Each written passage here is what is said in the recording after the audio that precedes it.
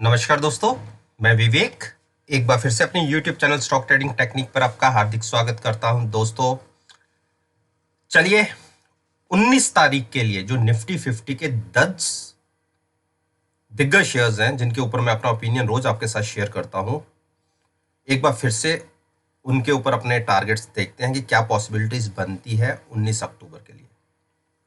Hindustan petroleum एक अच्छा bounce back देखने को मिला लोअर साइड से और क्लोजिंग आई 171। रिसेंटली जो एक लो था जिसके नीचे मैं पॉसिबिलिटी नहीं मान रहा था कि उस प्राइस से नीचे इसका प्राइस जाना चाहिए 168, लेकिन एक क्लोजिंग हमें 168 के नीचे मिल गई थी। लेकिन जैसे ही डाटाज पेट्रोलियम कंपनीज के आए कि इनकी डीजल की सेल बढ़ रही है, तो अच्छा इंपैक्ट इसमें भी देखने को मिला और बीपीसीएल में भी देखने को मिला और क्लोजिंग आई 168 से अबव। अगर हमें क्लोजिंग 173 के ऊपर मिल जाती है तो इसमें ये मान लीजिए कि 40% की स्ट्रेंथ जो अभी तक 90-95% की बियर्स की थी, 40% स्ट्रेंथ कम हो जाएगी बियर्स की। और अगर हमें 178 के अबव की क्लोजिंग मिल जाती है तो ये मान लीजिए कि 90% बुलिश स्ट्रेंथ क्रिएट हो जाएगी। तो मेरे हिसाब से बाइंग बनती है 173 के ऊपर। उस केस में आप केवल ₹2 का स्टॉप लॉस लगा के बाइंग कर सकते हैं। 178 तक प्राइस जाने की पॉसिबिलिटी बढ़ जाएगी और 178 के ऊपर की क्लोजिंग में आप लॉन्ग हो सकते हैं। उस केस में हम 190 और 199 के टारगेट्स इजीली देख लेंगे। तो शॉर्ट तो बिल्कुल नहीं, क्योंकि ओवरसोल्ड जोन था। आप देखिए जहां से एक जंप लिया है वापस, और यहां एमएसीडी में भी एक हमें बुलिश क्रॉसओवर दिख रहा है। आप ये देखिए बुलिश क्रॉसओवर बना है, तो बाइंग की पॉसिबिलिटी बनती है। शॉर्ट तो सोचिएगा मत, इतने नीचे के लेवल्स के ऊपर बाइंग बिल्कुल कर सकते हैं। और अगर आपने जहां क्लोज हुआ है वहीं पर बाइंग करनी है तो आप 167 का स्टॉप लॉस लेके यहां से भी बाई कर सकते हैं। पहला टारगेट 171 का होगा। छोटा सा टारगेट की भी बात कर रहा हूं, 171 के ऊपर तो फिर 6-7 रुपीज का टारगेट हो जाएगा। तो बाइंग में ही बैठिए, शॉर्ट मत कीजिएगा। आईटीसी देखिए, आईटीसी मैंने जैसे आपसे पहले भी कहा हो कि मेरी अपनी पोजीशन 167.50 के आसपास की है, और यहां से मैं नीचे नहीं देख रहा था। एक बार तो मुझे 174 तक के प्राइसेस भी देखने को मिल गए थे, लेकिन उसके बाद फिर करेक्शन देखने को मिली और एक टाइम तो इसके अंदर लो बन गया था 164 के आसपास का, लेकिन क्लोजिंग ठीक आई, 165 के ऊपर आई। तो जिसने भी बाइंग करके चलनी है, देखिए स्ट्रेंथ अभी वीक है लेकिन बहुत लेवल नीचे है। यहां शॉर्ट्स बहुत बनी हुई हैं, ओवरसोल्ड जोन के अंदर वैसे ही भी ये स्टॉक है। तो एक पुल बैक देखने को मिल सकता है जो कंटिन्यू हो सकता है 168 तक। 165 के स्टॉप लॉस के साथ आप 168 के लिए बाय करके चल सकते हैं। और अगर 172 के ऊपर की क्लोजिंग हमें मिल जाती है तो हम फिर से 180 के टारगेट की तरफ दौड़ लगा देंगे स्टॉक में। तो इतने नीचे के लेवल्स पे तो शॉर्ट तो मत करिए, और शॉर्ट की रिकमेंडेशन मैं इसमें बिल्कुल नहीं दूंगा। हिंडाल्को ने बहुत अच्छी क्लोजिंग दी है, बिल्कुल बाइंग कर सकते हैं 175 का स्टॉप लॉस लेके।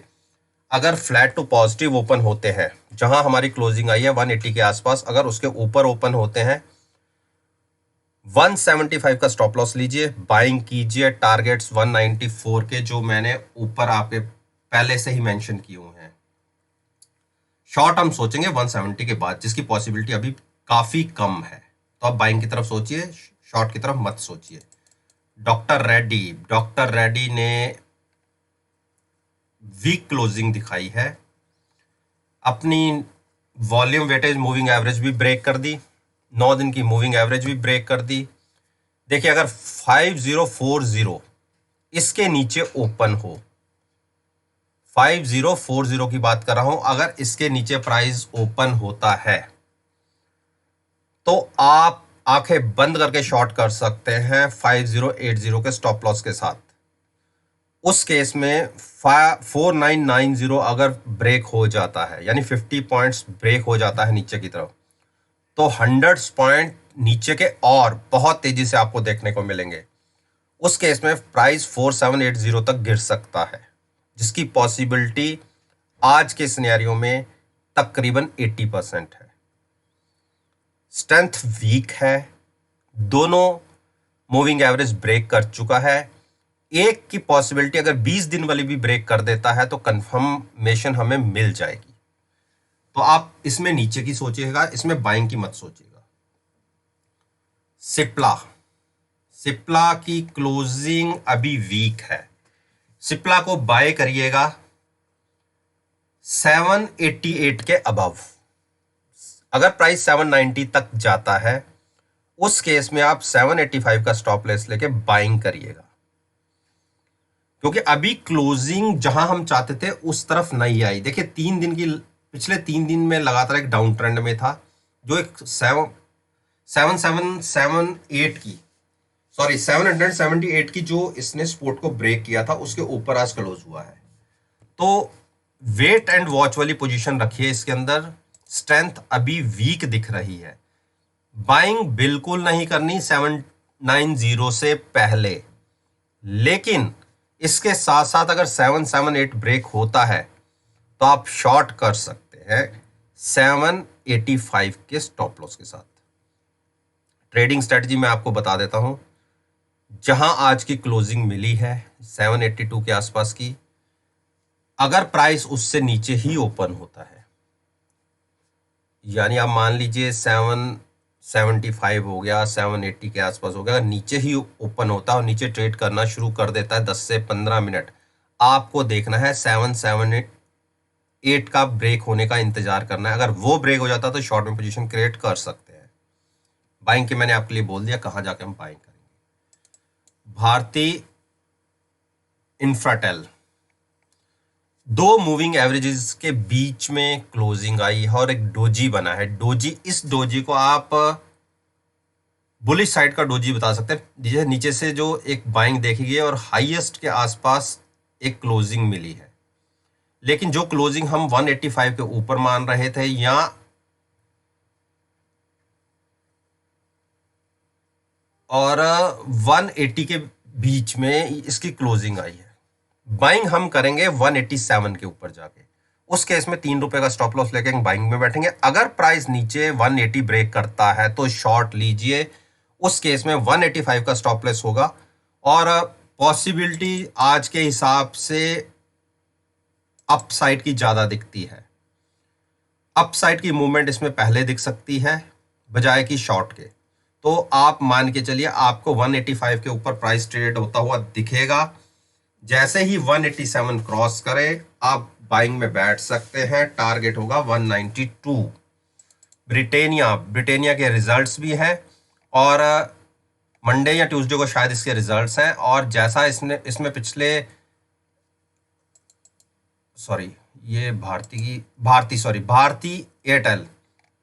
भारती एयरटेल में पिछले आप देखिए इसका जो हाईज थे, तकरीबन हम ये कह सकते हैं 600 के आसपास के हाईज थे। वहां से तकरीबन 40% ये स्टॉक करेक्ट कर चुका है। और जो मेरा लास्ट जो टारगेट था नीचे का 407, उसको भी ब्रेक कर दिया है।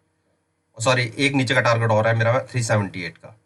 तो 407 वाला टारगेट तो इसने ब्रेक कर दिया फ्राइडे को ही, लेकिन एक थोड़ा सा जंप लिया था उसको ब्रेक वापस कवर करने के लिए 407 का, लेकिन क्लोजिंग फिर से नीचे की ही आई।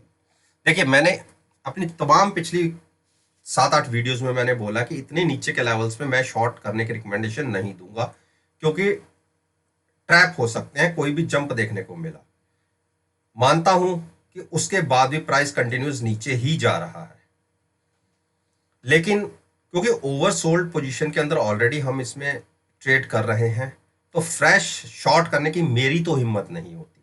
जिसकी हिम्मत होती है वो अपने रिस्क के ऊपर बिल्कुल ट्रेड ले सकता है, लेकिन इन ऐसे लेवल्स में मेरी शॉर्ट करने की हिम्मत नहीं होती। अगर ट्रेडिंग स्ट्रेटजी, जैसे मैंने अपने पीछे भी बताया है कि 9 दिन की मूविंग एवरेज को जैसे ही ये स्टॉक जब भी ब्रेक करेगा अपसाइड पर, मैं बाइंग में बैठूंगा, शॉर्ट पे यहां पे बिल्कुल नहीं बैठूंगा। उस केस में मेरा प्राइस निकलता है 417 का फ्राइडे के हिसाब से। 417 के ऊपर अगर प्राइस एक बार क्लोजिंग दे दे तो उस केस में 440 के टारगेट्स आपको इजीली देखने को मिल जाएंगे, लेकिन मैं शॉर्ट की रिकमेंडेशन यहां से बिल्कुल नहीं दूंगा। अब बात कर लेते हैं बजाज फाइनेंस। बजाज फाइनेंस ने एक बेरिश डोजी और वीक, देखिए एक दिन पहले की जो थर्सडे की एक नेगेटिव मूव देखा गया जो काफी प्राइस को नीचे तक चला गया, और अगले दिन भी इसने जो लो दिखाए वो बहुत ही नीचे की तरफ 3170 तक के टारगेट मिल गए। देखिए मेरे टारगेट थे ये वाले 3023 के, वहां से 100 सवा 100 पॉइंट से ऊपर से थोड़ा सा पलट गया है। लेकिन मेरा मानना है कि अगर, क्योंकि स्ट्रेंथ वीक है, अगर इसकी ओपनिंग मंडे सेशन की जहां क्लोज हुआ है 3230 के आसपास, अगर उसके नीचे ओपन होते हैं, कंडीशन ये है कि नीचे ओपन होना है और लगातार कम से कम 20 मिनट और आधा घंटा, जो भी आपको सूटेबल लगे वहां तक देखना है, और जहां जो प्राइस पे खुला है वो प्राइस ब्रेक नहीं होने देना अपसाइड की तरफ, तो आप शॉर्ट पोजीशन बना सकते हैं 3230 के स्टॉप लॉस के साथ। मेरे हिसाब से अभी भी हम एक मूव नीचे की तरफ देख सकते हैं।